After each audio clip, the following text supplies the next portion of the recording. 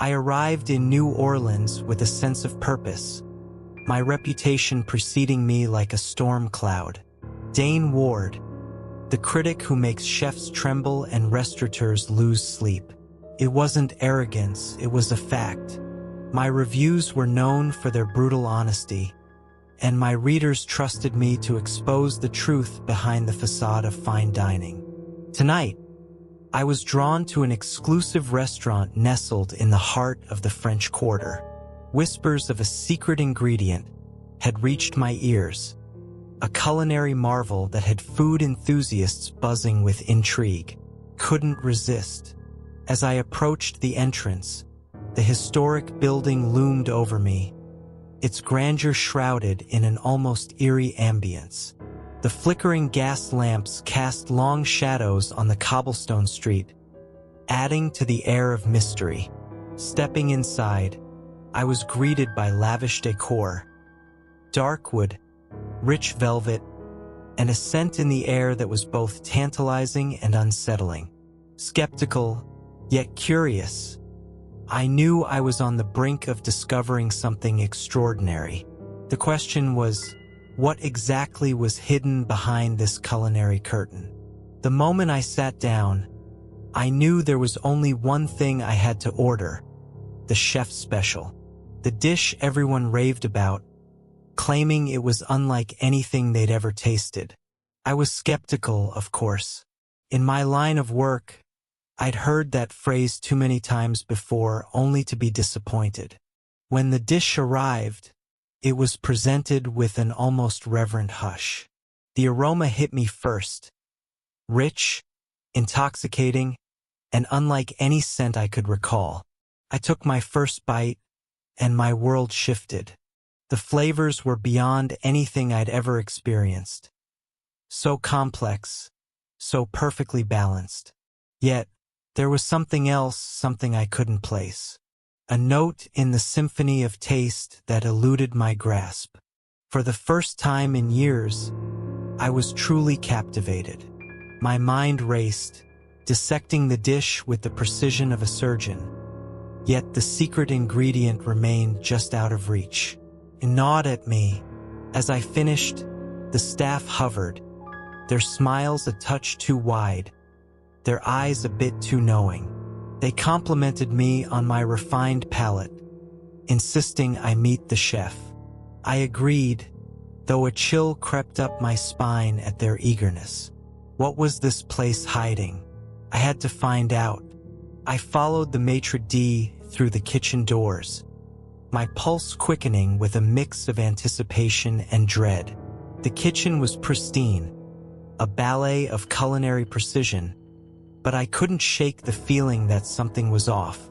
As the chef approached, his smile was wide, but his eyes held a glint of something unsettling. I offered my compliments, masking my unease, but my eyes wandered, searching for anything that might hint at the secret behind the dish. That's when I noticed a door at the far end of the kitchen, slightly ajar, a faint light spilling out from behind it. Curiosity overtook caution.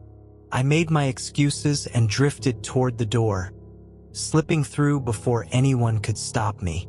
The air grew colder as I descended a narrow staircase, the sounds of the kitchen fading into silence. At the bottom, I found myself in a dimly lit basement, the smell of iron and decay assaulting my senses. What I saw next turned my stomach. A row of tables, each one stained dark with something I dared not identify. Hooks dangled from the ceiling, some still holding remnants. My breath caught in my throat as the realization hit me like a freight train. The secret ingredient was human flesh. The diners, the ones who raved about the food, were unknowingly consuming the very people who once sat among them. As I staggered back, the door creaked open behind me.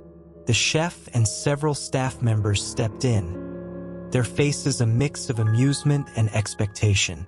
"We've been waiting for someone like you, Mr. Ward," the chef said, his voice smooth and chilling. "Someone who can truly appreciate our work." You understand the artistry, the perfection. My heart raced as they closed in, the room spinning around me. Join us, the chef whispered, or become the next masterpiece. Panic surged through me, but I was trapped. There was no escape from the nightmare that had ensnared me. I had uncovered the truth, but now I feared I would become part of it. They surrounded me, their faces alight with a twisted kind of joy. The chef's voice was low, almost soothing, as he laid out their offer. Join us, Mr. Ward. Imagine the power, the exclusivity. You could dine on the rarest delicacies, indulge in the finest wines, and be part of something truly exceptional. My stomach churned as he spoke. The idea of becoming one of them, indulging in their grotesque rituals, made my skin crawl. I could feel the walls closing in, the weight of their expectations pressing down on me. Desperation clawed at my mind. I had to get out. In a blind panic, I bolted for the door, but they were ready. Hands grabbed at me, strong and unyielding. I fought, kicking and screaming, but it was useless. They dragged me back down the stairs, my body thrashing against their iron grip. The basement loomed once more, colder and more menacing than before. I knew then that there was no escape. The reality of my fate settled over me like a shroud. My final thoughts were drowned out by the sound of the door locking behind me, sealing my doom. Above, in the lavish dining room, a new dish was being served. The chef's special, presented with a flourish to the eager diners. I could almost hear their praises, their ignorant delight, as they savored the latest addition to the menu.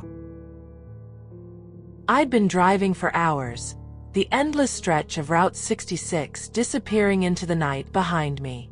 Exhaustion was starting to creep in, making my eyelids heavy and my thoughts fuzzy. That's when I saw it, a small diner, its neon sign flickering against the pitch-black sky like a beacon. 24-hour diner, it promised, and I couldn't resist the pull. Pulling into the empty parking lot, I noticed how eerily quiet the place was. A couple of cars were parked outside, but inside, through the fogged-up windows, I could only make out a handful of people. The diner had a vintage feel, like it had been plucked straight out of the 1950s. Something about it felt off. Too still, too quiet. But I was too tired to care. I pushed the door open, a bell chiming softly as I stepped inside. The few patrons scattered around barely looked up, their faces shadowed by the dim, yellowish light. I slid onto a stool at the counter, trying to shake the uneasy feeling creeping up my spine. Before I could think too much about it, an older waitress appeared in front of me, her smile a little too wide, her eyes a little too bright. "Midnight special," she suggested, her voice soft but insistent. It wasn't on the menu, but something in her tone made it sound like it was exactly what I needed. Against my better judgment, I nodded, feeling the weight of the night pressing down on me. The waitress set the plate in front of me, her smile never faltering. The midnight special looked harmless enough. Some kind of stew, rich and steaming, with a side of bread that was a little too perfectly golden. My instincts screamed at me to turn it down, to just leave, but the exhaustion weighed heavier, and I told myself I was just being paranoid. The first bite was fine. Not amazing, not terrible. It was hearty, filling, and for a moment, I almost felt comforted by its warmth. But as I continued eating, I started noticing things. The other patrons, who had been quietly minding their own business, seemed to be watching me now. Their gazes were intense, unblinking. No one spoke. The only sound was the slow, methodical clink of my silverware against the plate. The waitress kept appearing out of nowhere, refilling my coffee cup without me asking, her grin never leaving her face. Each time she came back, I felt a little more uneasy, like I was being trapped in some invisible net. Halfway through the meal, I started feeling off. My head grew heavy, my vision blurring at the edges. I blinked hard, trying to focus, but it was like the room was spinning slowly out of control. That's when the realization struck. There was something in the food, something that was messing with my mind and body. I looked around in a daze, and that's when I saw it. The other patrons were exchanging glances, nodding to each other as if they'd been waiting for this moment. The waitress leaned in close, her voice a soft hiss in my ear. "You've been chosen," she whispered, her smile widening into something that sent a chill down my spine. "Your purity is just what we need." Panic surged through me as the reality of my situation set in. I could feel their eyes on me, could sense the danger closing in. My heart pounded in my chest, adrenaline crashing through my veins. Without thinking, I stumbled off the stool, nearly tripping over my own feet as I bolted toward the kitchen. It was the only place I could think of, the only escape I could see. I shoved through the swinging doors, the sudden brightness of the kitchen lights stinging my eyes. What I saw stopped me dead in my tracks. Scattered across the counters and floors were personal belongings. Watches, wallets, keys, things people wouldn't just leave behind. My eyes darted to the walls, where dark, twisted symbols were etched into the paint, their meanings unknown but undeniably sinister. And then there were the photos. Old, faded pictures of people, their faces twisted in fear, frozen in time just before they disappeared forever. A sickening realization hit me. I wasn't the first. There had been others, and now it was my turn. I heard the doors behind me creak open, felt the presence of the cultists as they stepped into the room, their shadows long and menacing on the tiled floor. Their expressions were no longer just unsettling. They were filled with a malicious intent that turned my blood to ice. I backed up until I felt the counter press into my spine, my fingers brushing against cold metal. I grabbed the first thing I touched, a chef's knife. The weight of it in my hand was the only thing grounding me in that moment of terror. As they closed in, I lashed out, driven by sheer primal fear. The blade connected, cutting through the air and flesh alike. Their screams filled the kitchen, a symphony of horror that matched the frantic pounding of my heart. Blood splattered against the walls, mixing with the symbols and adding to the nightmare.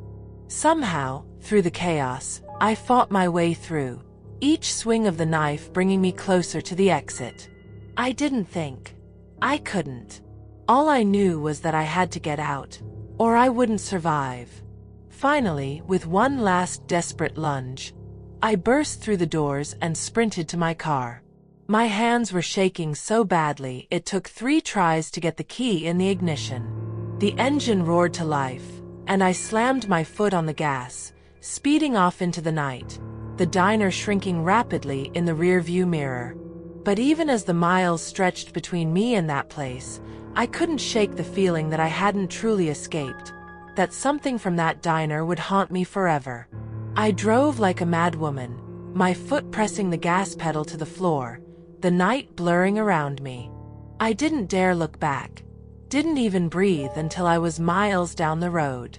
The adrenaline was wearing off, leaving me shaking, my mind racing to make sense of what had just happened. Finally, when I felt like I could breathe again, I risked a glance in the rearview mirror. The road behind me was empty. The diner, the one I had just escaped from, was gone. Not just out of sight, but completely vanished, as if it had never been there. My hands gripped the steering wheel so tightly my knuckles turned white. Had I imagined the whole thing? Was I losing my mind? The next day, still reeling from the terror of the night before, I tried to find the diner on a map. I traced my route, searching for any sign of it, but there was nothing. No record, no mention, like it had been erased from existence. The more I searched, the more panicked I became. Had it been real?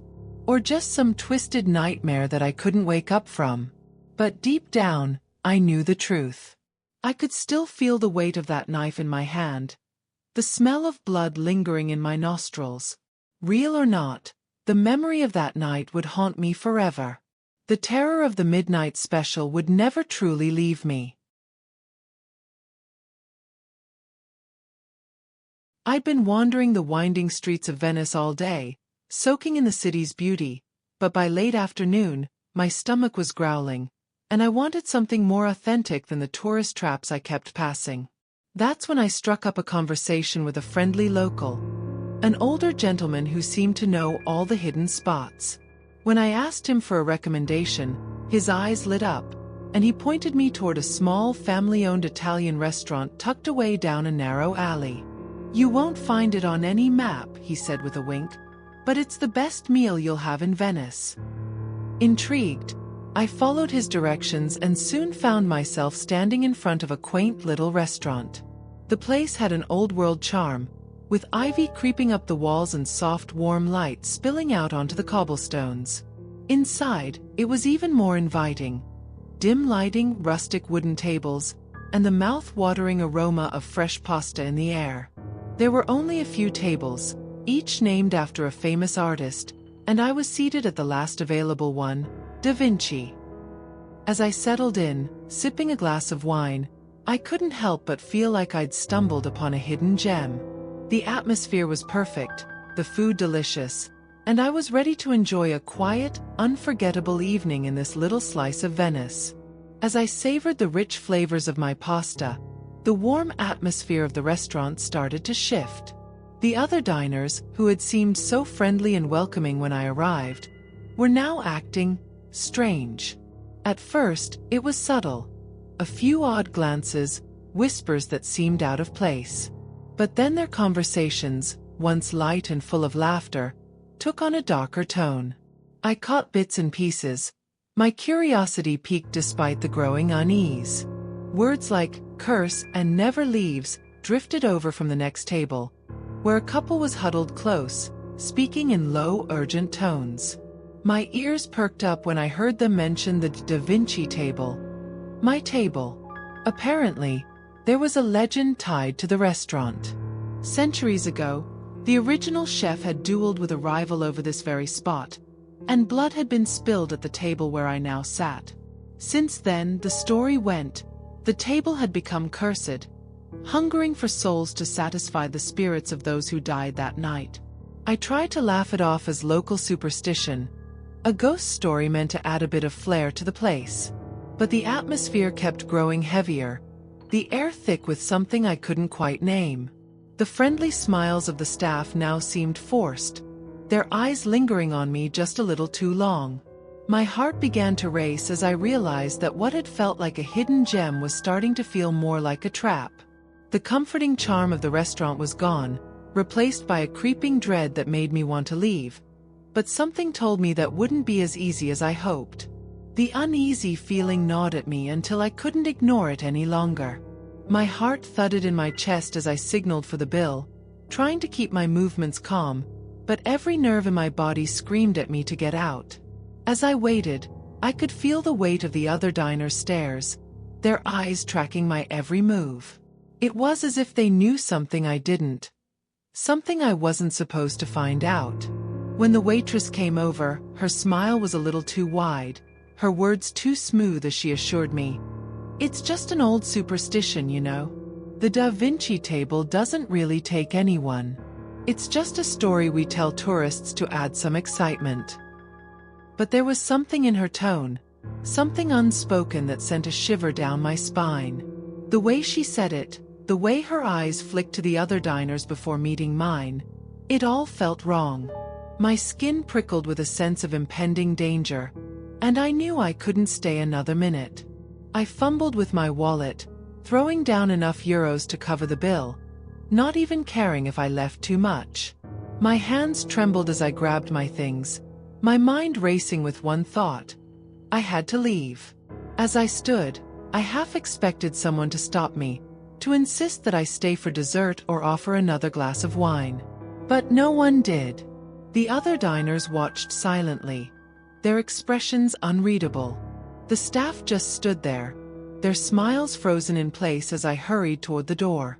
The moment I stepped outside, the cool night air hit me like a splash of water, and I breathed deeply, trying to steady my racing heart.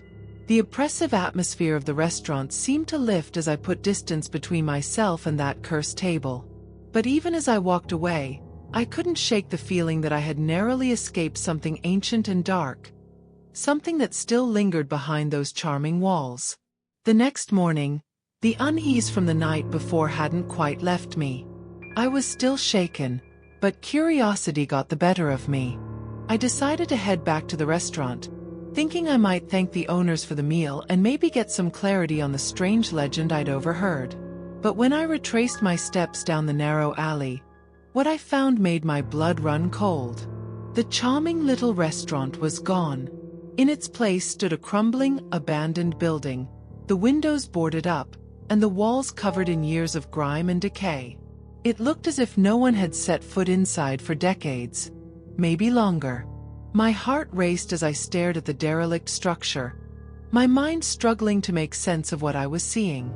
Panicking, I sought out a local historian I'd met earlier in my trip, hoping he could shed some light on what was going on. When I described the restaurant to him, his face went pale. He told me that the place I described had burned down over a century ago, taking with it several lives, including those of the chefs who had dueled over the Da Vinci table. The curse was real, he said, and the table was infamous for claiming the souls of anyone who dared to sit there. Shaking, I checked my belongings and found the receipt from the meal, tangible proof that I had been there. Or had I? The realization left me deeply unsettled, but I couldn't shake the feeling that I had narrowly escaped a fate tied to that cursed table. Whatever the truth, I knew one thing for certain. I would never forget the terror I felt at the last table.